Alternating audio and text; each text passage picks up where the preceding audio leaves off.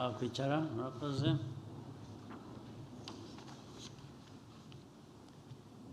Banyacyubahiro b'inzego nkuru z'igihugu cyacu muri hano, abaminisitiri bamaze kurahira imbere yacu, n'abandi bayobozi bose bari hano, ari abakorera muri iyi nteko,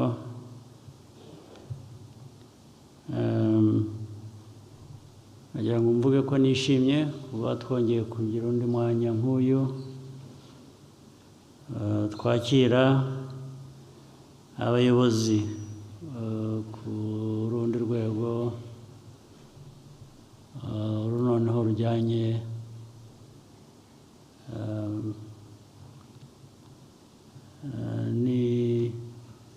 n'inteko y'abaminisitiri bakorera kuri urwo rwego igihugu cyacu mu buryo butandukanye. Ndagira ngo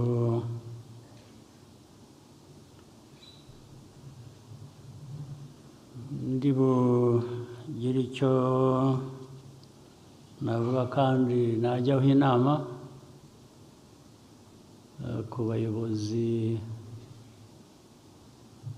hari abasanzwe bari basanzwe muri cabinet bayisubiyemo, n'abashya bayigiyemo.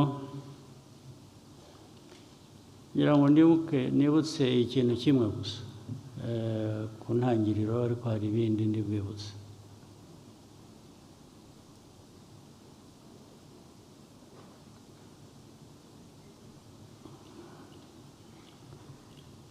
Gukorera ku rwego nkuru n'inshingano rufite urwego rw'abaminisitiri ndetse n'izindi nzego,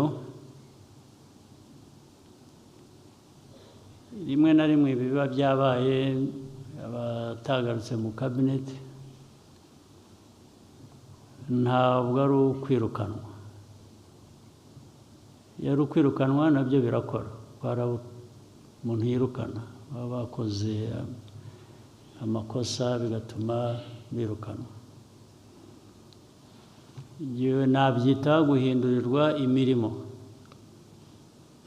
Abatagarutse mu kabineti ubwo bahinduriwe imirimo, ntabwo ari ukwirukanwa. Ubwo igihe cyabo nikigera iyo mirimo izagaragara.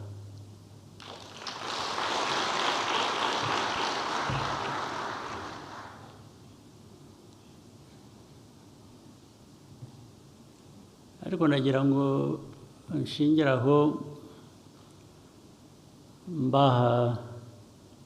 mbagira inama kugira ngo muri iyi manda nshya tugiyemo, cyangwa abashya bagiye muri kabineti, cyangwa n'abayobozi b'ahandi bo mu zindi nzego, iteka iyo impinduka nk'iyi ibaye, ni ukuvuga ngo manda imwe tugiye mu yindi. Narabivuze ubushizeho buhoro muri iyi nteko, nanone twakira abadepite,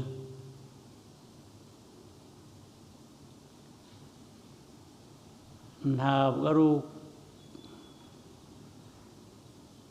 just switch off, switch on, business as usual. Ntabwo ari byo. Icyo uko mbyumva, ni ukuvuga ngo hari ibyo twakoze ubushize byagenze neza, hari ibitaragenze neza,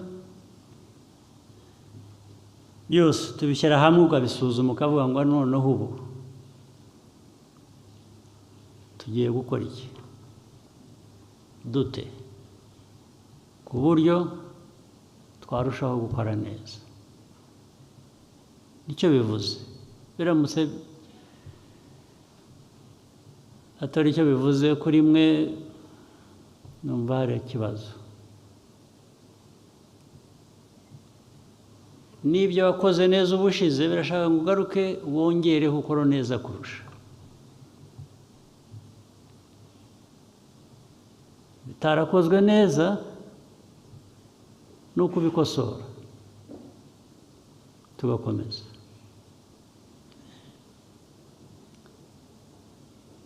Inama shingiyeho rero nabagira ni iyihe?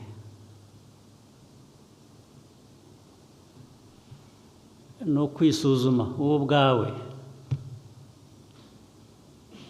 udategereje ibyo uzumva mu mbuga mpuzaruhame cyangwa ahandi, iyo bakuvuga bakunenga cyangwa iyo bakuvuga bagushima, ni byiza kubyumva, ariko ni na byiza kubisuzumira mu kwisuzuma wowe ubwawe, bitagombye guturuka ahandi. Wari uza kukubwira ngo ariko turabona umeze utya cyangwa turabona umeze utya, ibyo bizaba, cyangwa abantu bazakuvuga gusa ukabisoma mu nyandiko bakavuga umuntu, bakavuga na kabineti yose cyangwa urundi rwego rurimo abayobozi. Jya ugira wa mwanya wowe ubwawe wibwiza ukuri, ukisuzuma. Kandi wakwisuzuma uri wenyine nta bidaturutse hanze ukibeshya, ubwo hari ikibazo kikurimo nyine. Ushoboye kwicara ukibeshya, uvuga ngo hari ikibazo kikurimo ukwiye gusuzuma nacyo. Ndetse mbisubiyemo kenshi, reka n'ubu mbisubiremo.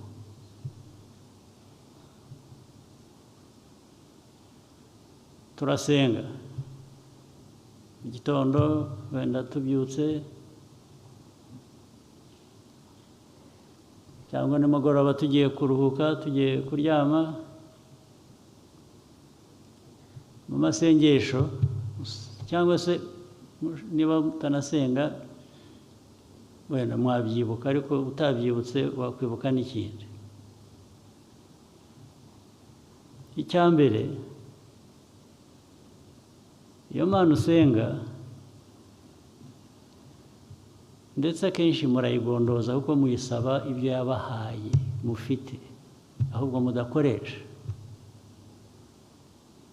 Ibyo nabyita kugondoza. Muragondoza, muraruhanya. Umuntu yaba yaraguhaye ibyo ukeneye, ibyo ukoresha, ibyangombwa, ugasubira inyuma ukajya kongera kubisaba gute? Cyangwa niba ari ugushima, washimira ibyo wabonye, ibyo ufite buri munsi, utabikoresha, uba ushimira iby'iki? Waba ushimira iby'iki? Icyo bitwibutsa rero ni ukwisuzuma, ni ugukoresha ibiri muri twe dufite kugira ngo wuzuze izi nshingano mumaze kurahirira hamwe. Kandi ni inshingano zo gukorera u Rwanda, abaturarwanda, abanyarwanda, ndetse nawe urimo, usibye ko navuga ko udakwiye kwiheraho. Iyo ukorera abandi, abanyarwanda, nubwo urimo, ntabwo ari we wiheraho, ariko nta n'ubwo ukwiye kwiyibagirwa. Kwiyibagirwa mvuga ni ugukora gusa, uvuga ngo urakorera abandi, utabonamo ko ibyo bakorera nawe ubifitemo inyungu. Ntabwo ari ukuvuga ngo ibyo yagukoresha, ibyo yaguheraho ukorera abo ushinzwe, ngo urabanza ukabigira ibyawe. Ntabwo ari byo mvuga.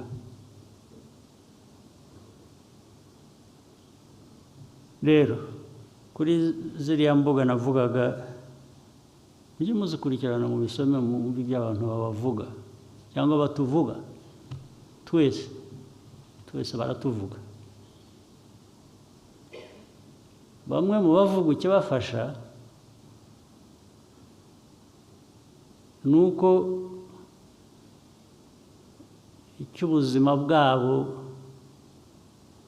babufitiye, icyo gukoresha ubwo buzima bahisemo kera, ntabwo cyahindurwa n'ibyo abantu bakuvuga. Ahubwo wakoresha ibyo bakuvuga, noneho ukisuzuma ukareba koko niba ukiri muri ya nzira y'ibyo uhagarariye mu buzima bwawe ushaka kugeraho, cyangwa se ushaka kugezaho abandi, ari bo muri izi nzego muba muyoboye. Naho usomye ibintu bakakuvuga ndetse bakagutuka, ugakangaranuka, ukabebera, akazi kakunaniye. Buriya akazi kakunaniye.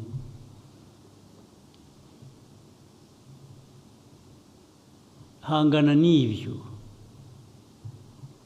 Ikirimo kitari cyo ugikosore wihereyeho.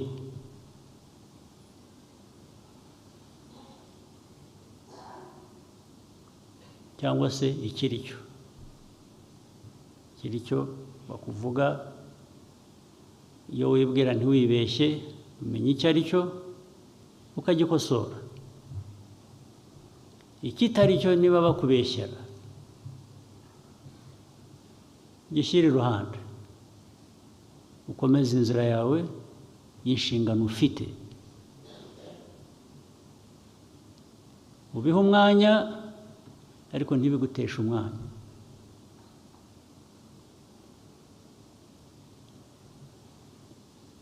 Rero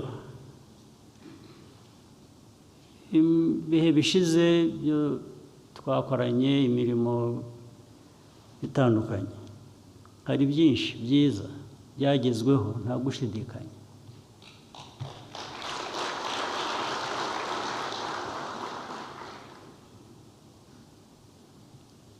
Ariko ibintu ukora ibintu byiza, niba igihugu kigera ku bintu byiza, niba abayobozi bakorera igihugu bagera ku bintu byiza,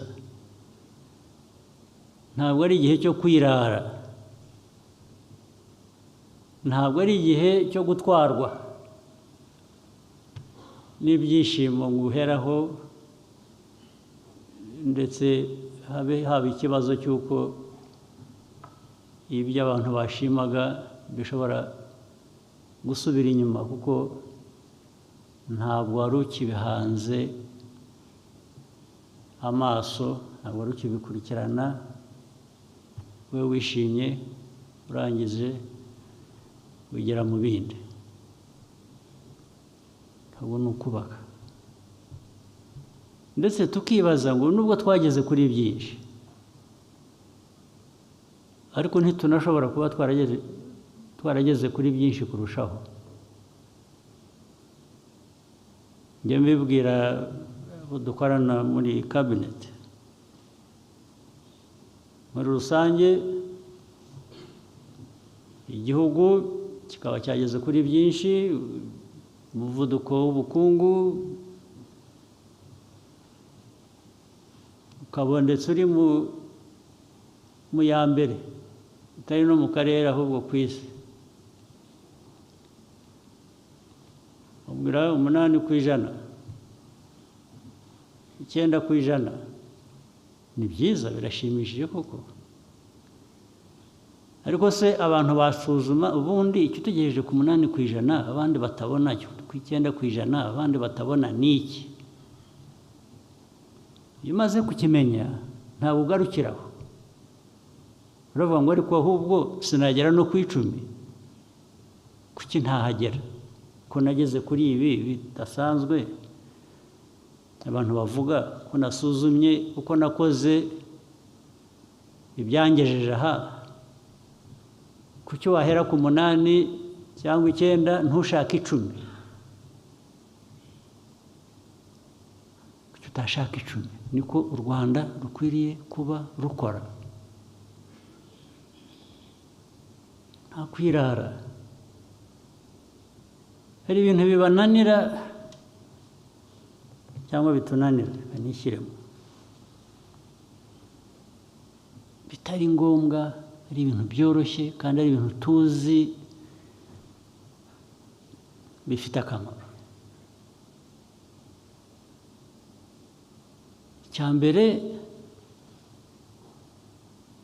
muri iyi mirimo dukorera igihugu twese, ntabwo igihugu cyatera imbere gishingiye ku muntu umwe gusa, ntibibaho. Umwe wakoze neza cyane, witanze kuri buri byose, ntibihagije. Ubumwe ntaho yatugeza, cyangwa ntaho yatugeza hashimishije, kuko ntawe ukora wenyine, ntawe ubaho wenyine. Ariko inzego zigomba gukorana. Ariko iyo mvuze inzego ndavuga abantu bagomba gukorana. Inzego zigomba gukorana, niko igihugu, inzego zacyo zuzuzanya zigateza igihugu imbere. Ntabwo wabica iruhande na busa. Ariko icyo kintu gihora kigaruka, ukabaza kanaka byagenze gute, ati nagize ngo. Ugize ngo, Ikinyarwanda nagize ngo bivuze iki? Noneho byagera mu mikorere, wagize ngo iki, kugira ngo ni iki? Wakoze ikintu cyangwa ntiwagikoze, period. Niho byo kugira ngo ni iki? Nkuvuga ngo nagize ngo undi yabikoze, kuki wagize ngo undi yabikoze? Kuki atari we wabikoze, cyangwa kuki atari we wamwibukije, tutamubajije, kuki mutuzuzanyije? Ukubera iki? Ibindi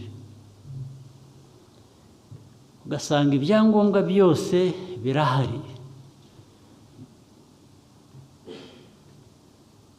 ariko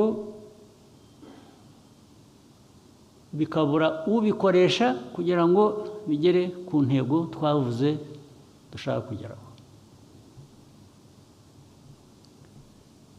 Cyagomba gutwara icyumweru, ugategereza ko ukwezi gushira. Ntabwo utegereje ikintu mu bikoresho bagomba gukoresha, wagiye mu bindi gusa, warangaye.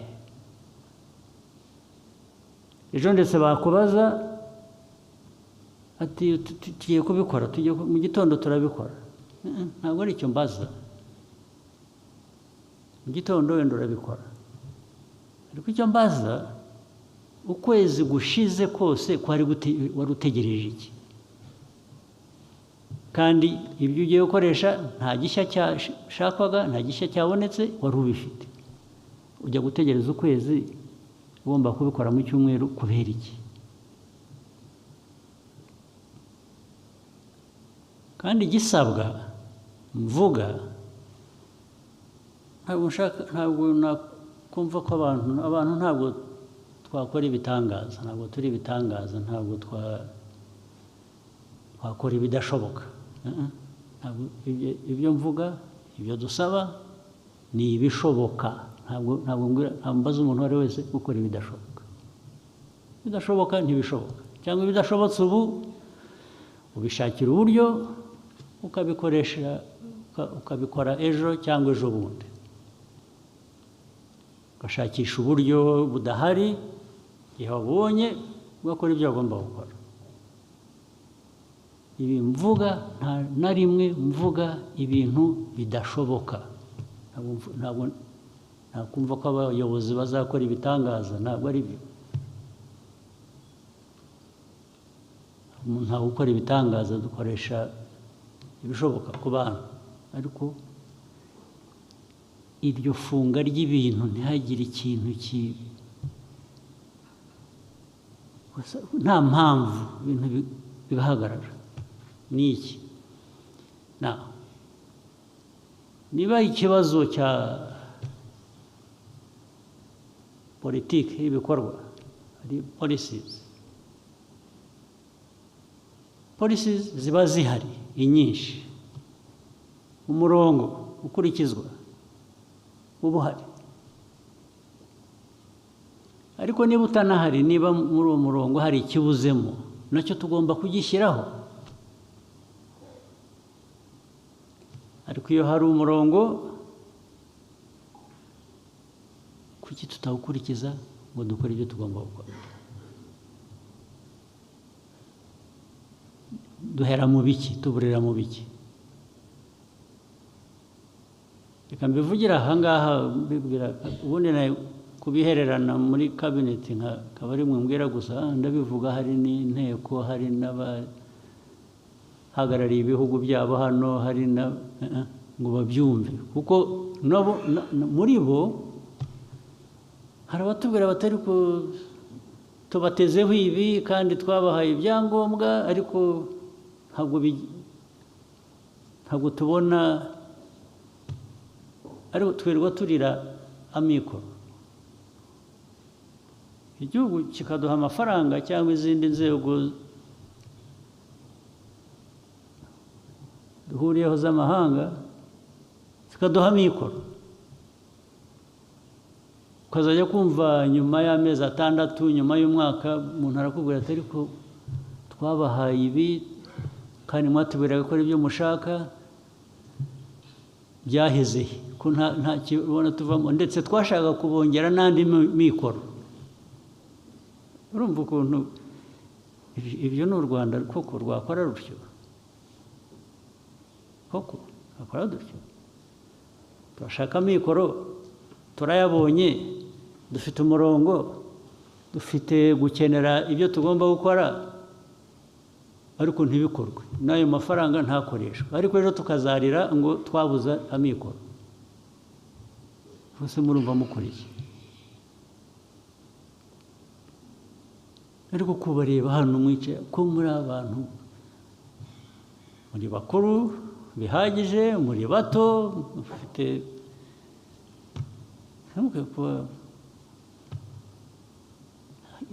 bipfira he? Ni hehe? Tuzabavuze he? Bakora iki? Tuba twari mu yihe kanisa kujya kubahanaguraho? Hari ba bandi bakora ibitangaza, icyo nacyo nagishyira mu byaha kugira ngo baguhanegureho ibyaha. Must do something about it. Ntabwo twahera aha ngaha, ntibishoboka. Ubundi mbivuze muri rusange byasa nk'ibitumvikana, ariko ubu ndavuga ibintu ufite ibyangombwa byose, ufite amakipe mukorana nayo akwiye kuba anazi n'ibyo akwiye kubakora, ariko hagira ibikorwa. Ibi mvuga ntabwo ari impuha, nibyo twirirwamo,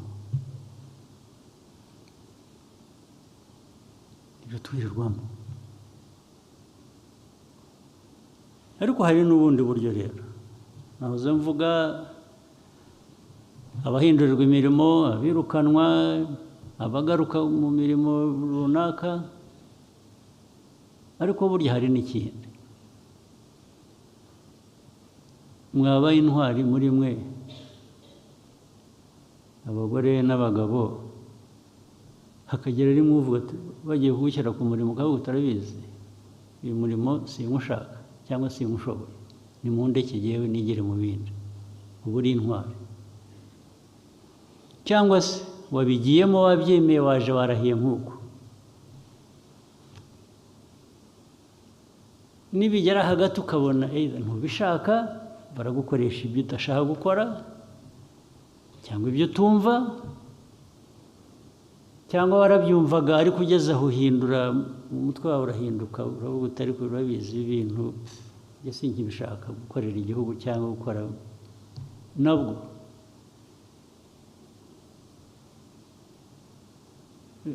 Mu Kinyarwanda ibyo babyita kuba umugabo, ariko mu Kinyarwanda gishya cyangwa aho tugeze n'abagore bakwiye kuba bavugwamo.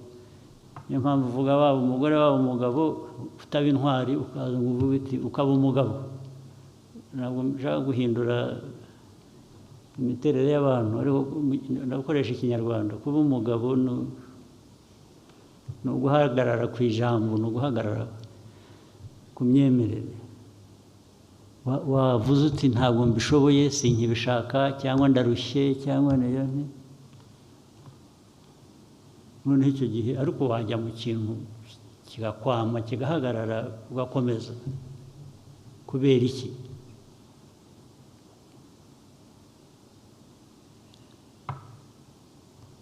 Mugomba rero kugira ubushake bwo gukora, bwo kugera ku bintu vuba, tukaba twakwihutisha ibishoboka. Ibishoboka n'ibidashoboka ntibivange ngo byose bihagarireho kugira igikorwa. Ntabwo ari byo. Kuhutisha ibintu utabyangije kandi birashoboka, niko bikwiye kuba bigenda. Cyangwa se umuntu akaba yagira uruhande ndetse bimuturutseho. Abantu baguhaye icyizere, niba wumva utagikeneye cyangwa udashoboye ibijyana nacyo, urabivuga.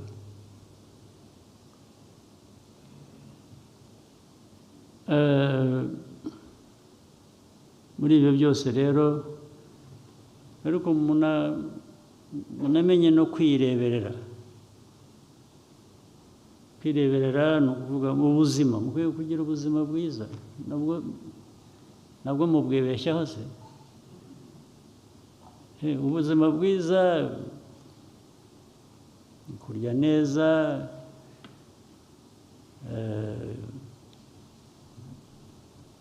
gukora exercises,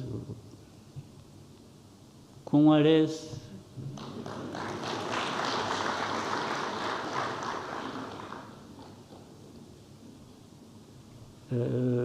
kwifata neza, bikaba wowe, bikaba umuryango wawe, bikaba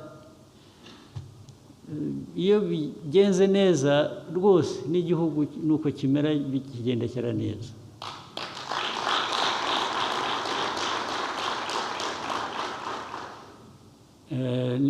Niba ibyo guhora tuvuga ariko kuki itagize utya, kuki byagenze gutya,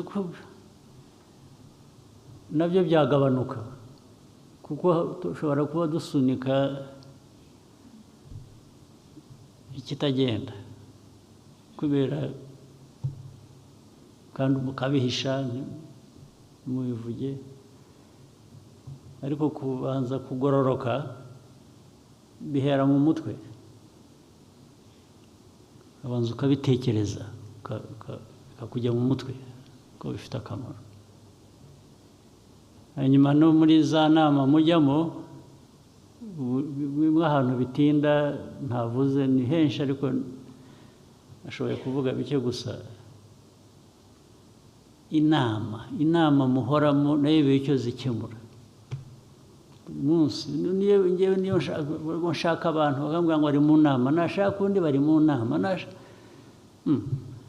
nkaba ndetse mu gitondo nakongera ku mugoroba ngo bari mu nama, iyindi ni ya yindi yakomeje. Mukora ryari? Mukora ibyo mugira mu nama, mubikora ryari? Reka nongere mbagire inama nanone. Niba wumva ko inama ari ngombwa, banza ubitekereze. niba ari ngombwa. Niba usanze ari ngombwa wishyire mu mutwe ko ibintu ubikurikiranye utya, kandi iyo nama iri butware niba ari iminota 30 ubigene uti ntabwo iri burenze, ari wowe wibwira, cyangwa uti ntirenze isaha kandi ntwayemo n'iki, ndashakamo iki, abaje mu nama bose ndabavanamo ibitekerezo byabo cyangwa iki biduhe gufata umwanzuro birangire.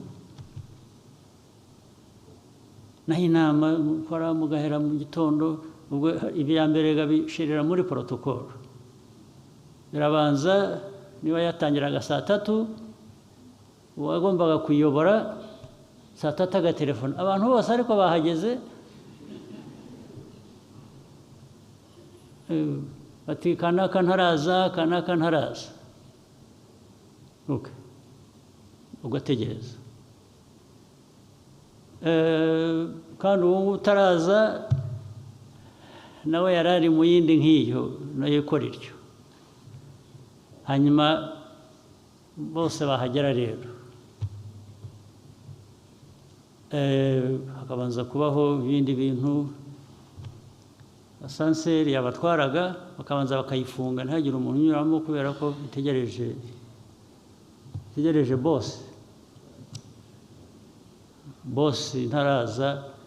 Noneho n'aba bandi bakererewe bakabura uko bazamuka bakabanza bagategereza boss bafunze. Asanseri ntabwo itwara boss, itwara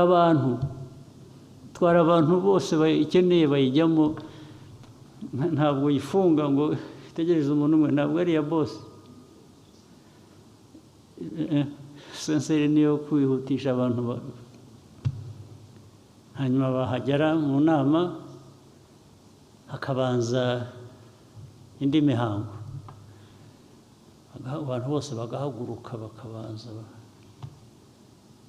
sinzi ibikurikiraho, ariko iyo mico itashira iva he, turuka he? Ahantu hose ugasanga handitse VVIP. VVIP ni iki? Habayeho none muzashakire izina ry'abihutisha ibintu, aba ari bo twandika naho abihutisha ibintu tubagirire asanseri yabo, asanseri yabo batwara cyangwa aho banyura aho bajya, kugira ngo naho ibindi ni mwakoze ibintu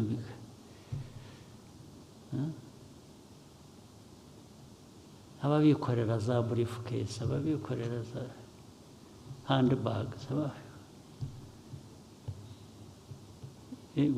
bya bintu navugaga byo kwita ku mibiri yanyu byabafasha, yanagushoboza kwikorera briefcase yawe cyangwa handbag yawe, abandi ntibakwikorera ibyawe.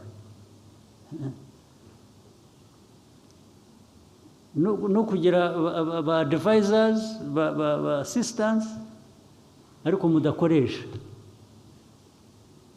Ubundi ukwiye kuba ufite assistant, ukwiye kuba ufite advisor ukugira inama, muganira, ariko ntuzamushyirireho kubera ko ari convenient for many reasons. Kumushyiriraho ko akunganira mu kazi, mu bitekerezo no mu bikorwa.